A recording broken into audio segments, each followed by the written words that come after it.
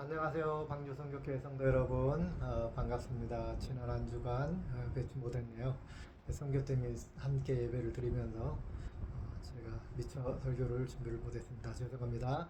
자, 오늘 저는 함께 묵상할 본문은 창세기 3장 1절부터 21절까지 말씀입니다. 본문이 죄와 구원에 관한 이야기입니다.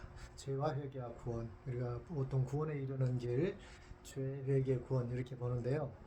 자, 오늘 굉장히 이제 교단마다 각각의 교리적인 측면에서 약간의 입장 차이가 있는 부분이기도 합니다. 자, 오늘 제목은 구원이란 무엇인가? 그리고 부제로 구원이 먼저인가, 회개가 먼저인가입니다. 아주 재밌는 주제입니다. 중요한 주제이기도 하고요. 각 교단마다 이 부분에 대해서 조금씩 차이가 있어요. 그래서 오늘은 이제 제가 장로교이고 칼빈주의를 바탕으로 한 장로교죠. 그래서 칼빈의 은혜로 받는 구원을 기준으로 해서 오늘 본 말씀 묵상하고자 합니다. 물론 모든 교단이 나 가톨릭까지 포함해서 구원은 하나님의 은혜이다라는 거에는 다 공동적으로 동일하게 동의를 합니다. 우리가 얻는 구원은 당연히 하나님의 은혜로 구원받는다. 예수 그리스도 십자가로 구원받는다. 우리의 공로가 아니고 예수 그리스도 십자가로 구원받는다. 이 부분에 대해서는 다 동일합니다. 근데 그 구원에 있어서 어느 정도 자기 의지, 인간의 의지로서 할 수 있느냐라는 부분입니다. 구원에 대해서 인간이 응답해야 된다. 또는 그거하고 상관이 없다라는 이런 부분이 교단마다 조금씩 차이가 있어요. 전적으로 그 부분까지도 하나님의 은혜다라고 예정론을 철저하게 이야기한 분이 바로 칼빈이고요. 감리교나 이런 쪽에서는 좀 인간의 자기가 하나님의 부르심에 응답하는 것은 본인의 책임이다, 의무다라는 그런 주장을 합니다. 그런 교리를 이야기합니다. 그래서 천주교 쪽도 그런 부분이 좀 강하고요. 그래서 오늘 본문을 보면서 성경에 여러 가지 구원에 관한 이야기가 있는데 예수님의 비유도 있고요. 여러 가지가 이야기가 있는데 이런 것들 몇 가지를 짚어보면서 묵상하면서 구원이 과연 어디로부터 시작되는 것인가, 무엇일까라는 것, 또 회개는 어떤 역할을 하는 것인가, 이런 것에 대해서 우리가 함께 묵상을 하고자 합니다. 오늘 본문 먼저 읽어보시고 함께 묵상하시기 바랍니다. 시간 관계상 21절 좀 길어서 제가 본문 읽는 거라 생략하겠습니다. 내용은 아담 하와가 사단의 꼬임에 빠져서 선악과를 따먹는 장면이 나오고, 그 다음에 숨는 장면이 나오고, 하나님이 찾아오셔서 부르시는 장면이 나오고, 인간들의 핑계, 아담과 하와의 핑계하는 장면이 나오고요. 이제 하나님이 이제 벌을 내리시는 장면이 나옵니다. 그래서 아담에게는 이제 평생 일을 해야 먹고 살 수 있는 벌, 그리고 하와에게는 아이를 출산해야 되는 벌, 그리고 뱀에게는 평생 배로 기어다녀야 하는 그 징계, 벌을 내림시죠. 그리고 결국 인간들은 에덴에서 쫓겨나게 되는 그러한 벌을, 궁극적인 벌, 그리고 최종적으로 죽음에 이르는 벌을 받게 됩니다. 이 죄의 결과는 우리가 하나님과의 단절되었다라고 하죠. 우리는 그래서 기독교의 사상은 성은악설이 아니고 성악설입니다. 그래서 태어나면서부터 악을 가지고 태어난다. 이게 기독교의 인간설입니다. 그래서 이 세상은 뭐라고요? 공중권세 잡은 자의 세상이다.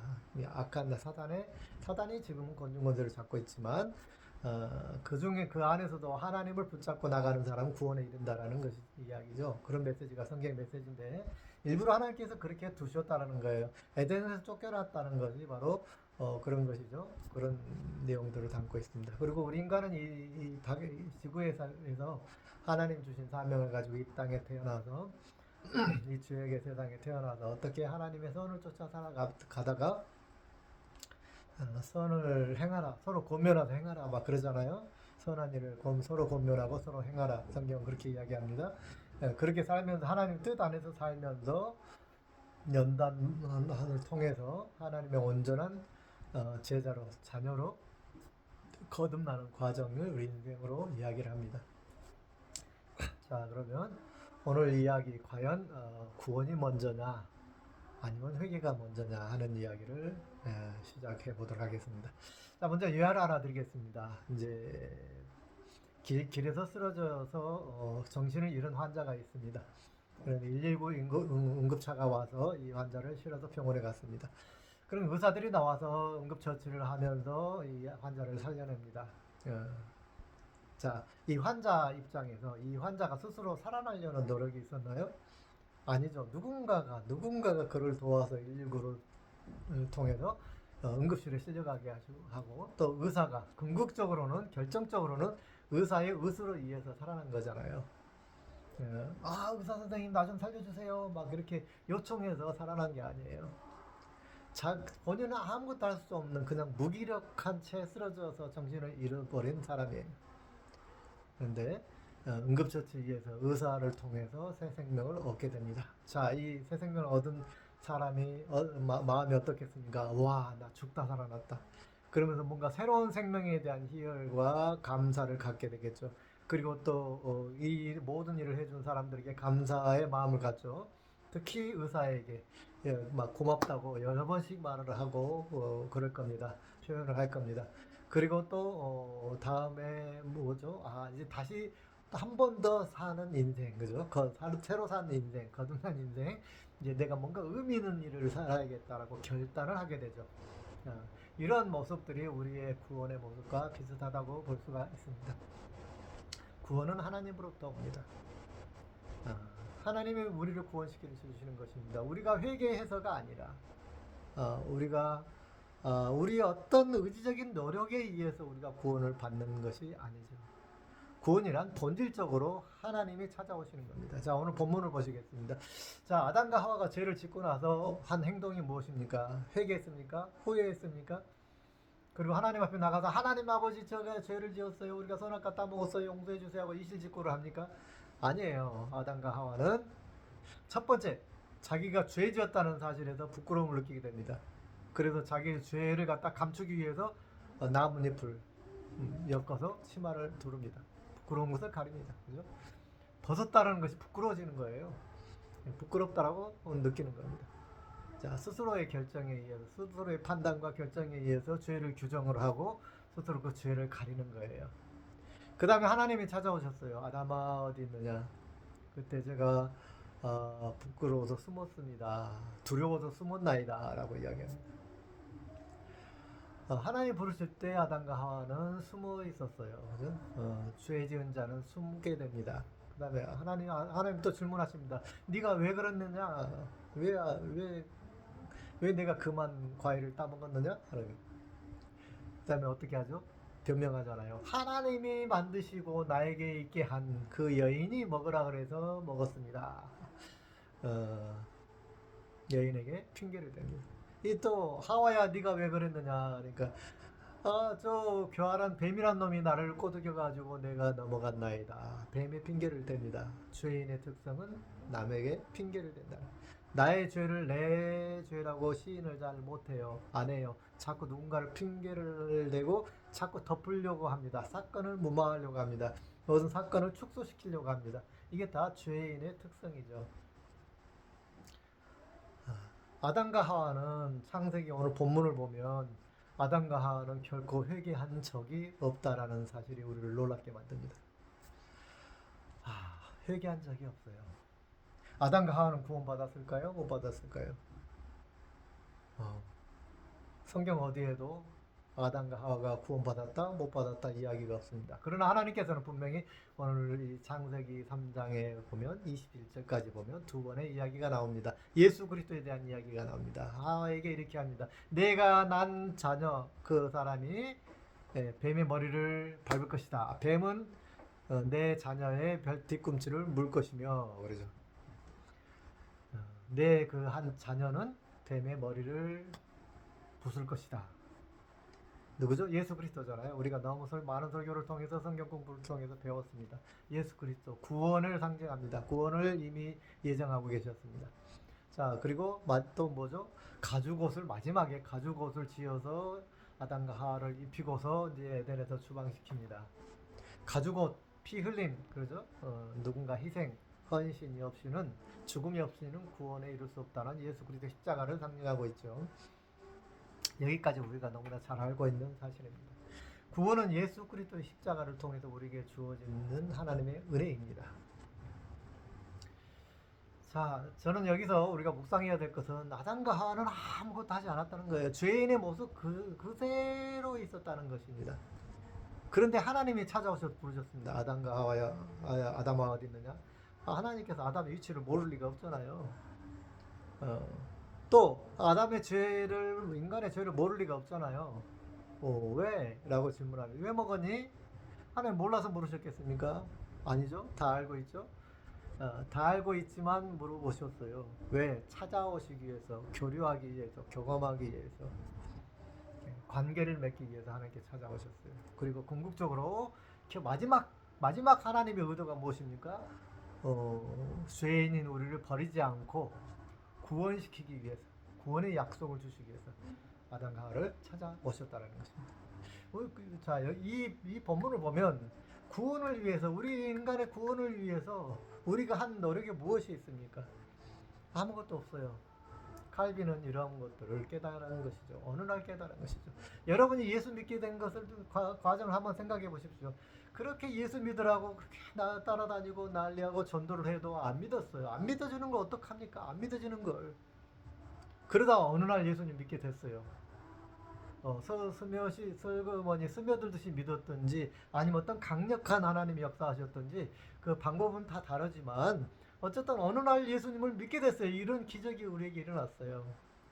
모태신앙자라고 다른 게 아니에요. 모태신앙자도 믿음이 항상 있는 게 아닙니다. 믿는 척 하는 거예요.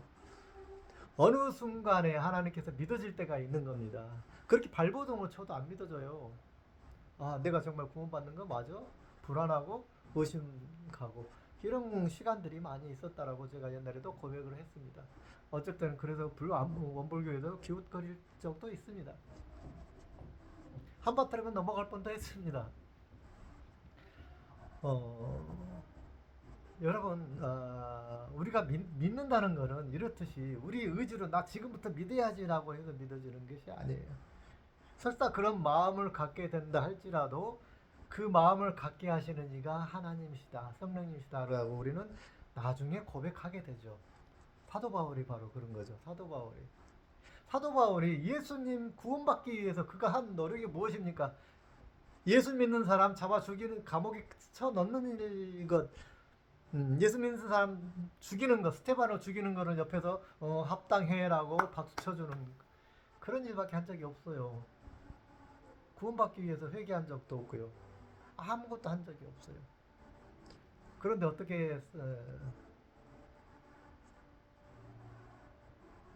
어떻게 바울은 구원받았습니까? 하나님께서 찾아오셨잖아요. 그냥 하나님께서 찾아오셨어요. 예수님께서 찾아오셨어요. 바울아, 너는 왜 나를 그렇게 핍박하니? 누구십니까? 난 네가 나를 핍박하는 나다, 예수다. 예수님이 바울을 찾아갔어요. 예수님이 사울을 찾아갔을 때에 사울이 그 자리에서 회개하게 된 거잖아요. 예수님한테 꼼짝없이 뭔가 그때도 처음에도 회개가 뭐고 없었던 거죠. 그냥 샥이에요. shock. 예수님 찾아왔다는 거 쇼크. 성령님 우리가 오신 순간에 우리는 쇼크를 받습니다. 그런 경험이 있어야 되는 것이죠. 그런 예수님이 찾아오시는 거예요. 또 스며들 수도 있겠죠. 스며들어서 믿음이 생성된 사람도 있겠죠. 그런다 할지라도, 그런 사람이라 할지라도 언젠가는 분명하게 확실하게 예수님을 인정하고 믿어야 돼요. 그런 자기 고백이 있게 되는 거예요. 슬그머니 믿는 모태신앙자는 신앙이다 아니다? 어쨌든 간에 그렇게 믿음이 시작되었든 어떻게 시작되었든 간에 분명한 거는 자기가 인식을 하게 된다는 것이죠. 예수 그리스도가 내 구주라는 것이 마음속에 확신이 서지는 그 순간이 있게 된다는 것입니다. 우리는 목회하면서 누군가 성도들, 그런 경험이 없는 사람들을 위로하기 위해서 구원은 성령 하나님께 속해 있습니다. 꼭 그런 예수님을 그냥 극적으로 만나지 않는다고 해서 구원이 없다고 말할 수 없습니다. 이렇게 이야기합니다. 위로해주기 위해서. 물론 구원이 내 말로 구원받았다 안 받았다 말할 수 없으니까 평가할 수 없으니까 뭐 그렇게 대답할 수밖에 없는 것이죠. 그러나 분명한 거는 예수님을 만나야 된다는 거예요. 어떤 형태로든 성령님을 체험해야 된다는 거예요. 어떤 형태로든 어떤 상황에서든지 그것이 구원의 시작이 된다는 거예요.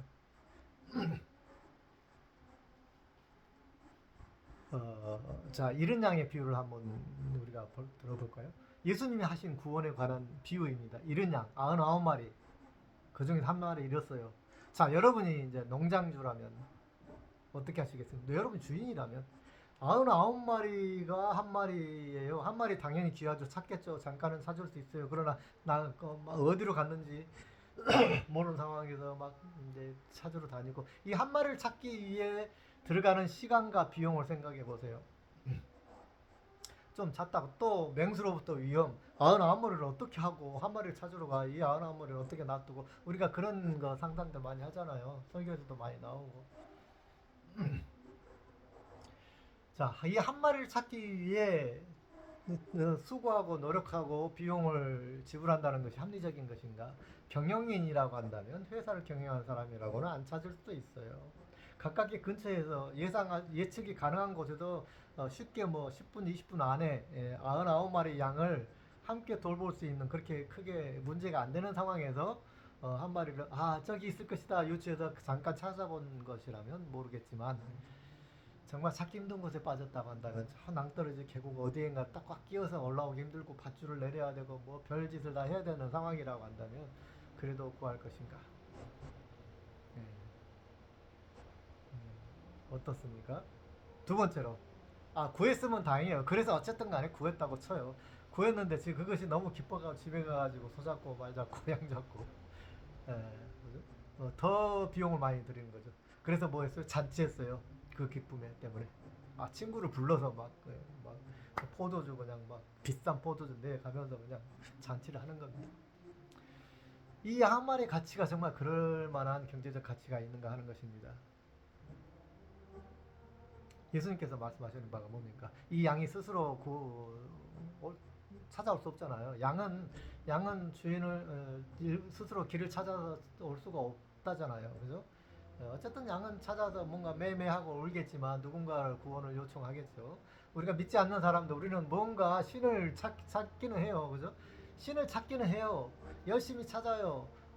정말 진리가 무엇일까도 찾아요. 그런 사람들 많아요. 그런 사람 뭐 도닦는 사람들 많잖아요. 그리고 또 특히 그 대표적인 사람이 부다잖아요.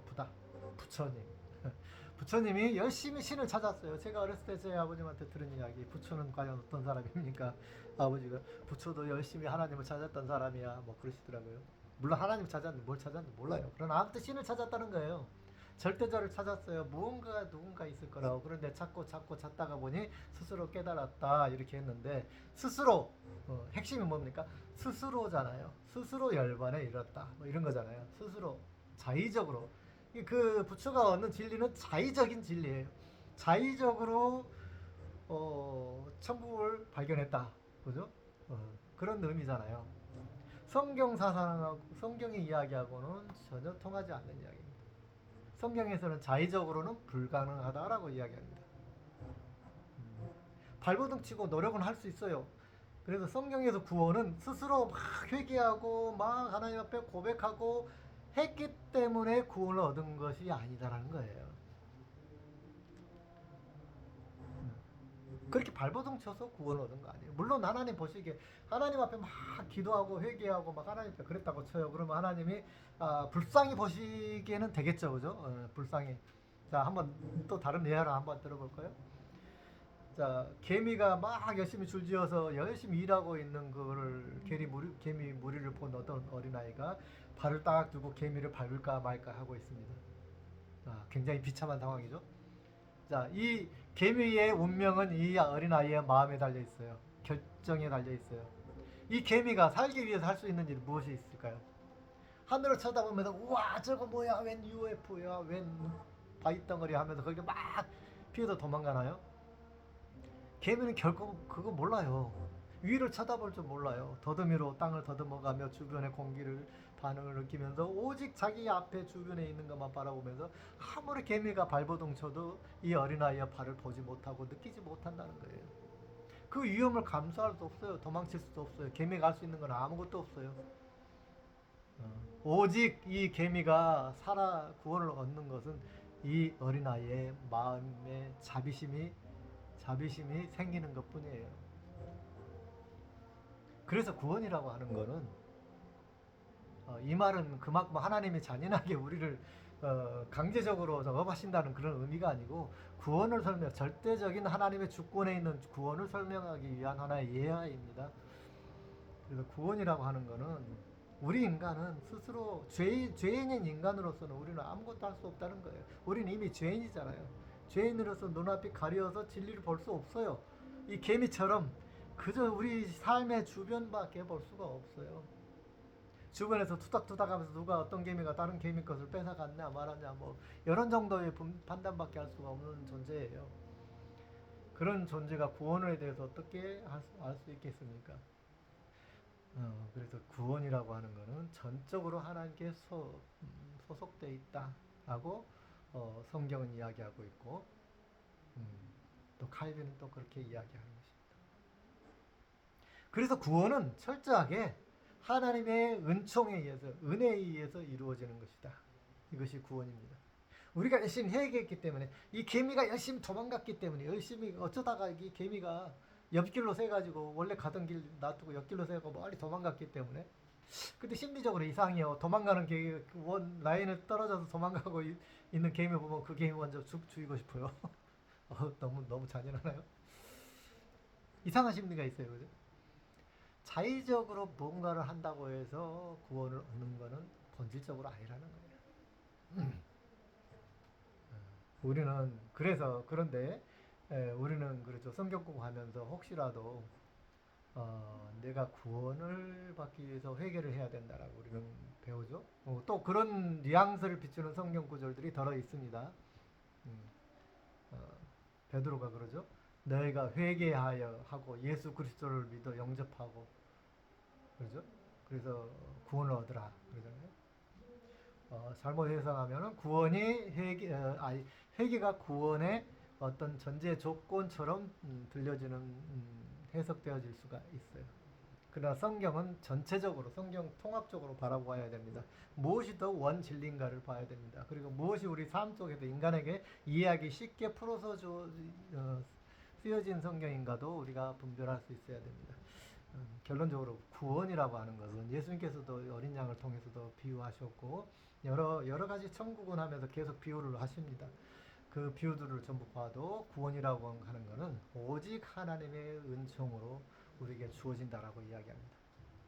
그럼 회개는 무엇일까요? 회개는 그럼 회개할 필요 없겠네요. 그게 아니죠. 회개는 구원받은 사람이 자기 죄를 깨닫게 되잖아요. 그러면 자동으로 회개를 안 할 수가 없어요. 구원받은 사람, 하나님의 은혜를 입은 사람은 진짜 예수 그리스도의 은혜를 입은 사람은 하나님의 은혜를 입은 사람은 회개하지 아니할 수가 없게 된다 그 말이에요. 회개하지 않는다는 것은 아직 구원받지 못한 상태죠. 네, 그죠? 네. 이게 회개의 결과물로 구원을 얻는 것이 아니라 하나님이 찾아오신 은총으로 예수 그리스도가 믿어지는 겁니다. 성경이 믿어지는 겁니다. 하나님이 내게 찾아오시기 때문에 형민아 내가 어디 있느냐라고 찾아오시니까 여러분의 이름을 부르면서 하나님이 여러분을 찾아오시니까 여러분이 하나님을 믿게 되는 거예요. 하나님 이 어디서 나는 소리야? 사도 바울이 그랬잖아요. 아니 이게 무슨 소리야? 깜짝 놀라서 그랬잖아요. 신이 사도 바울을 찾아오니까 예수님이 찾아오니까 깜짝 놀랐어요. 초월적인 능력으로 찾아오셨어요. 그리고 불렀어요. 그러니까 깜짝 놀랐어요.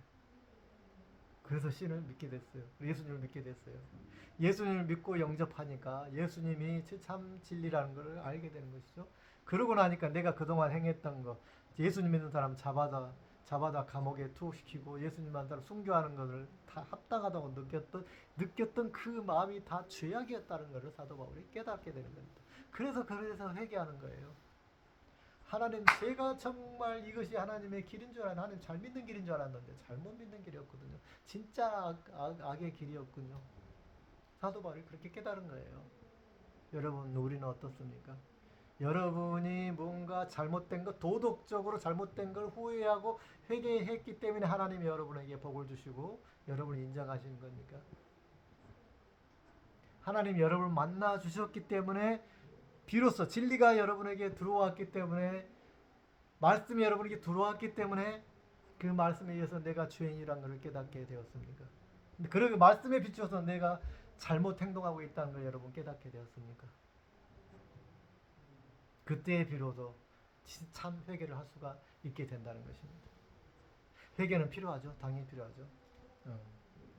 구원 계시록에 보면 그렇잖아요. 세마포에 한 점 흙탕물이라도 있으면, 먹물이라도 있으면 천국에 못 간다잖아요. 죄에게는 반드시 회개돼야 됩니다. 회개의 시점이 어디냐 그 말이에요. 우리 인간적으로 회개하려고 발버둥을 칠 수 있어요. 그리고 그 모습을 하나님이 애처롭게 보실 수는 있어요. 그죠? 그래서 그것이 뭡니까? 막 하나님 옆에 예배하는 거잖아요. 하나님 영광을 돌립니다. 하나님 아직 안 찾아왔어도 말씀으로 많은 환경을 보고 주변을 보러보니까 야 내가 예수님 믿어야겠어. 뭐 이런 이제 인위적인 마음이 들었다던 치고 그래서 내가 교회를 열심히 다녀볼까 하고 교회를 다니기 시작하고 그리고 이제 뭐 예배도 드려보고 막 그래요. 그러나 뭐 어떻습니까? 진짜 하나님 막 오지 않잖아요. 진리가 와, 참 신기하고 정말 좋은 진리구나라고는 하지만은 정말 하나님은 그냥 확 내가 믿어지지 않는단 말이에요. 그러다가 어느 순간에 하나님이 탁 그 마음속에 들어갔을 때 또는 어떤 말씀을 듣는데 팍 하고 깨달아졌을 때 그 시점이 하나님이 여러분에게 다가오신 시점이라는 것입니다. 그리고 이제 그 이후에 비로소 참된 회개가 일어날 수 있다는 것입니다. 그래서 여러분 우리가 반성하는 것, 후회하는 것과 참 하나님의 영이 우리에게 임하셔서 하나님의 참된 말씀의 진리로 비추어서 내가 회개하는 것과는 본질적으로 다르다는 것을 우리가 꼭 기억하시기 바랍니다. 우리가 회개할 것은 말씀에 비추어서 하나님이 주신 영으로 인해서 말씀에 비추어서 진리에 비추어서 분별하고 회개해서 돌아서는 거예요. 그러니 우리가 해야 될 것이 무엇일까요? 하나님의 은총을 구하는 것이죠. 자비를 구하는 것이죠. 아멘. 네. 하나님 저를 불쌍히 여겨주시옵소서. 저는 이 기도를 상당히 좋아한다 그랬잖아요. 하나님 저를 불쌍히 여겨주시옵소서. 내가 잘한 게 없어요. 뭐 세상적으로 좀 잘난 척 해보지만 잘나질 않았어요. 실수투성이에요. 용기가 없어요. 뭘 하려고 해도 판단을 하려고 해도 지혜가 없어요. 하나님 저를 불쌍히 여기시옵소서. 지혜가 없습니다. 용기가 없습니다. 어떤 결단을 하려고 하는 용기가 나지 않습니다. 저를 불쌍히 여겨주세요. 예수 그리스도가 우리에게 임하실 때 참된 용기를 얻게 되는 줄 믿습니다. 예수 그리스도가 저와 여러분에게 임하실 때 참된 회개가 일어날 수 있는 줄 믿으시기 바랍니다. 예수 그리스도가 저와 여러분에게 임하실 때 참으로 진리를 따라 순종할 수 있는 성령의 권능이 우리에게 임하신 줄 믿으시기 바랍니다. 아멘. 구원이 무엇입니까? 구원과 회개 무엇이 먼저입니까? 오늘 이 한 주간 다시 한번 묵상하면서 하나님의 은혜를 경험하는 귀한 시간들 되시기를 간절히 축원합니다. 기도하겠습니다. 영광의 주 하나님 아버지, 우리는 우리가 무엇인가를 해야만이 하나님 앞에 은혜를 받고 복을 받는다고 생각을 합니다. 그러나 주 성경에 주님은 분명히 말씀하십니다. 나는 이미 너희가 죄를 짓기 전부터 너희를 구원할 계획을 다 가지고 있었다. 구원은 너희들의 노력이 아니고 나의 은총이다. 말씀하십니다. 주님 하나님을 만나기를 원합니다. 오늘도 이 한 주간도 예수 그리스도를 만나기를 바랍니다. 예수 그리스도의 십자가를 부활을 경험하기를 원합니다. 성령의 급하고 강한 바람 같은 성령의 권능을 체험하기를 원합니다. 주님, 이 한 주간 사모하고 묵상하며 주님의 은혜를 사모합니다. 주 예수여, 주 예수여, 임하여 주시옵소서. 이제는 우리 주 예수 그리스도의 은혜와 하나님 아버지의 무한하신 사랑과 성령님의 교통하심이 오직 하나님의 은총을 사모하는 하나님의 자녀들 머리 위에 이제부터 영원까지 함께 하시기를 간절히 축원하옵나이다. 아멘. 할렐루야. 한 주간도 승리하시기 바랍니다. 아멘.